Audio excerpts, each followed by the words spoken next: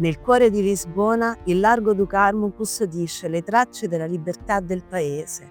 Dalla costruzione medievale del convento che gli dà il nome, ad opera di Don Nuno Álvares Pereira, uno degli ultimi cavalieri medievali, condottiero e santo, che ha portato il paese alla libertà dalla corona di Castiglia nel XIV secolo, fino alla mattina del 25 aprile del 1974, quando divenne l'epicentro della rivoluzione dei Garofani. Io sono Fabiana, un'architetta italiana che vive a Lisbona da tanti anni, e questo è Lisbona Giro in Giro, il programma che ti invita a scoprire storie, curiosità e misteri della splendida capitale lusitana. Per commemorare il 25 aprile, oggi vi invito a conoscere il Largo do Carmo, teatro di grandi momenti della storia della città e del paese. Parleremo di guerre, santi e libertà. Visiteremo le rovine della chiesa del convento crollata con il grande terremoto del 1755 e scopriremo perché sia rimasta senza copertura.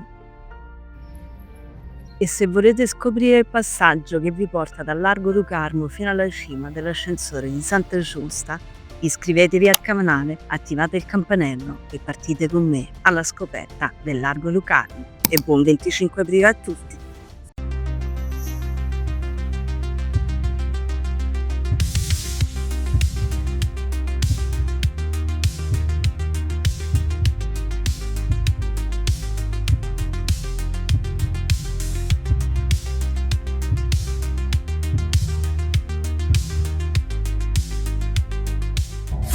La storia del Largo do Carmo ha inizio nel Medioevo, quando la collina antistante a quella del castello venne scelta per la fondazione dell'imponente convento dedicato all'ordine dei Carmelitani e fatto costruire nel 1386 da Don Nuno Álvares Pereira.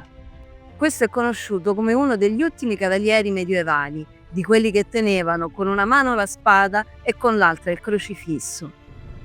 Fu un condottiere e stratega militare portoghese che ebbe un ruolo decisivo nella battaglia di Aljubarrota nel 1385 che permise l'indipendenza del Portogallo dal Regno di Castiglia. In segno di gratitudine per la protezione divina ricevuta durante la battaglia, fece voto alla Madonna di dedicargli un convento, facendo costruire appunto il convento do Carmo, dove, dopo la morte della moglie, prese i voti. Nuno Álvares è stato fatto santo ed è conosciuto come santo connestabile, dal titolo che l'aveva messo a capo dell'esercito del regno. Il convento do Carmo divenne così uno dei più importanti della città, splendido esempio di architettura gotica che domina il paesaggio di Lisbona. Ma la capitale del regno era destinata a vivere uno dei suoi momenti più tragici.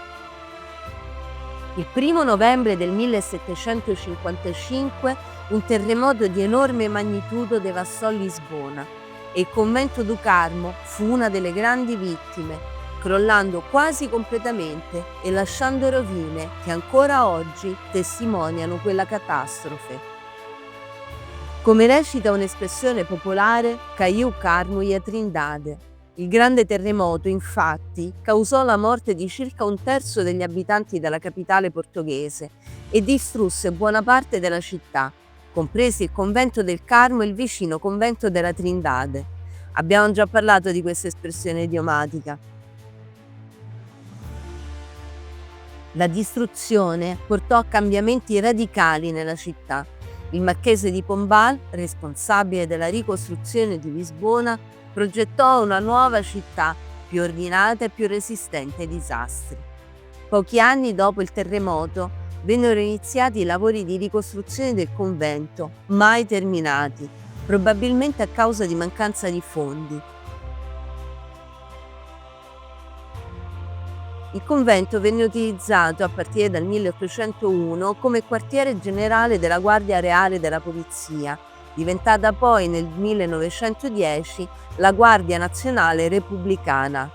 La chiesa rimarrà invece a cielo aperto, testimone della tragedia del 1755.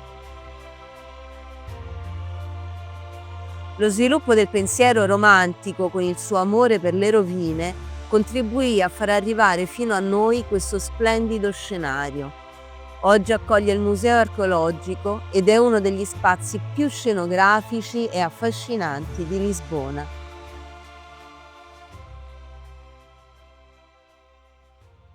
Tra il XVIII e il XX secolo il Largo du Carmo divenne uno spazio di incontro e trasformazione. Con i lavori di ricostruzione in seguito al terremoto, la piazza antistante il convento vede l'arrivo dell'iconica fontana. Con la sua elegante forma di reliquiario ornata di delfini e piramidi, divenne rapidamente una delle più frequentate di Lisbona.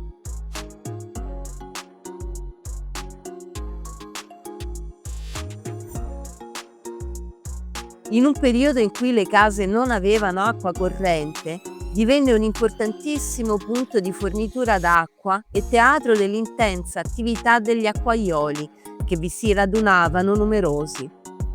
Nonostante il rischio di demolizione del XIX secolo, a causa delle lamentele dei residenti, disturbati proprio dall'attività degli acquaioli, oggi continua a splendere al centro della piazza.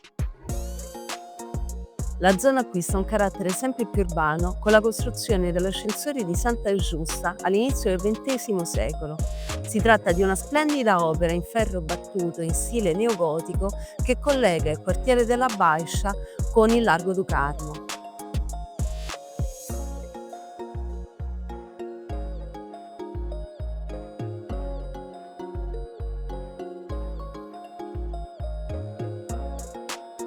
Si sente spesso dire che sia opera di Gustave Eiffel, ma sarà vero?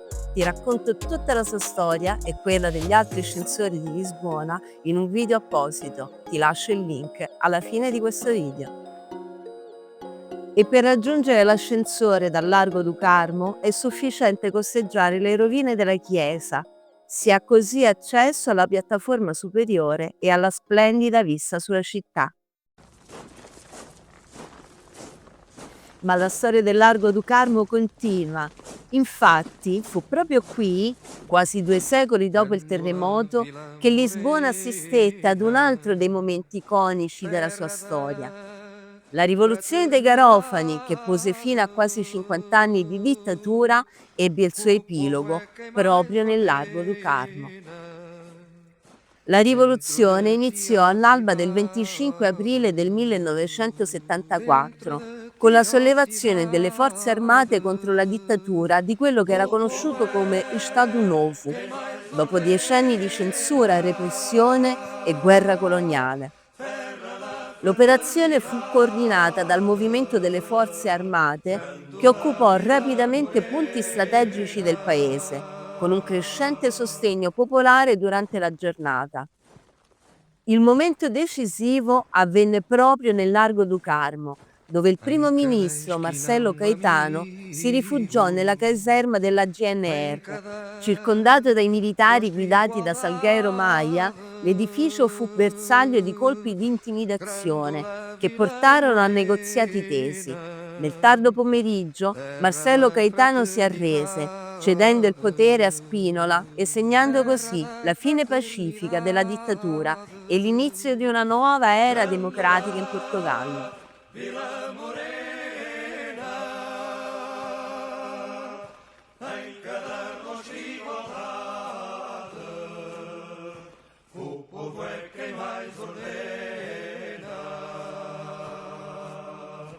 Ma lo sai perché sono proprio i garofani ad essere il simbolo della rivoluzione portoghese? La mattina del 25 aprile del 74, Celeste Caero, impiegata in un ristorante che si trovava proprio vicino al Largo du Carmo, chiuso a causa della rivoluzione, portava con sé i garofani rossi e bianchi che sarebbero stati usati per celebrare l'anniversario del locale. Vedendo i soldati per strada, offrì loro quei fiori, che vennero infilati nelle canne dei fucili, trasformando le armi in simboli di pace. Così nacque da un gesto semplice e generoso l'icona più bella della rivoluzione dei Garofani, il fiore della libertà che trionfò pacificamente. Oggi in questo luogo, simbolo di libertà, riecheggiano le voci del passato, ricordandoci la forza del popolo e l'importanza della resistenza. Il Largo du Carmo non è solo una bella piazza nel cuore di Lisbona, ma un palcoscenico dove la storia è stata scritta con coraggio. Dalle rovine gotiche fino al profumo dei garofani, qui ogni pietra ci racconta la storia di un popolo che ha deciso di lottare e di vincere per la libertà. E se il video di oggi ti è piaciuto, mi raccomando, non dimenticare di mettere un like e di iscriverti al canale. E fammi sapere nei commenti se già conoscevi la storia della signora dei Garofani. Ed ora ti aspetto ad Avenida da Liberdade. Andiamo tutti alla manifestazione. Buon 25 aprile!